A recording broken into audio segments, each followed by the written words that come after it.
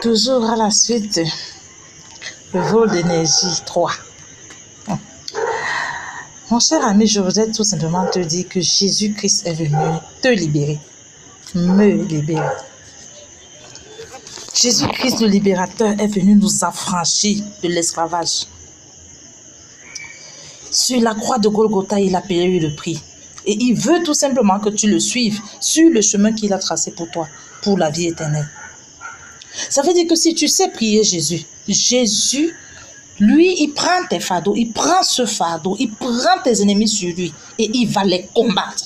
Et il va les combattre. Que ce soit le nouvel ordre mondial, que ce soit l'Amérique qui vient, que ce soit l'impérialiste dans l'OTAN qui arrive, que ce soit les maîtres de maisons africains, les présidents mendiants, bandits, escrocs, francs-maçons, que ce soit n'importe qui, il aura Jésus sur lui.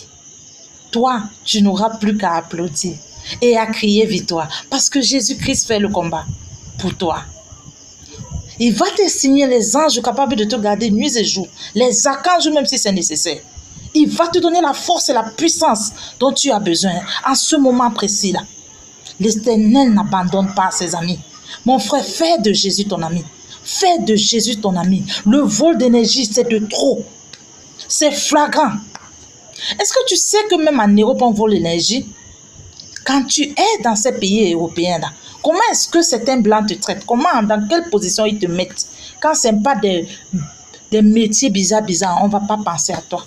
On va pas. Pour adhérer à au métier, mais vraiment, vraiment prestigieux, ben, il faut être dans leur secte, il faut entrer dans les sectes, il faut être dans leur clan, il faut épouser un blanc, il faut.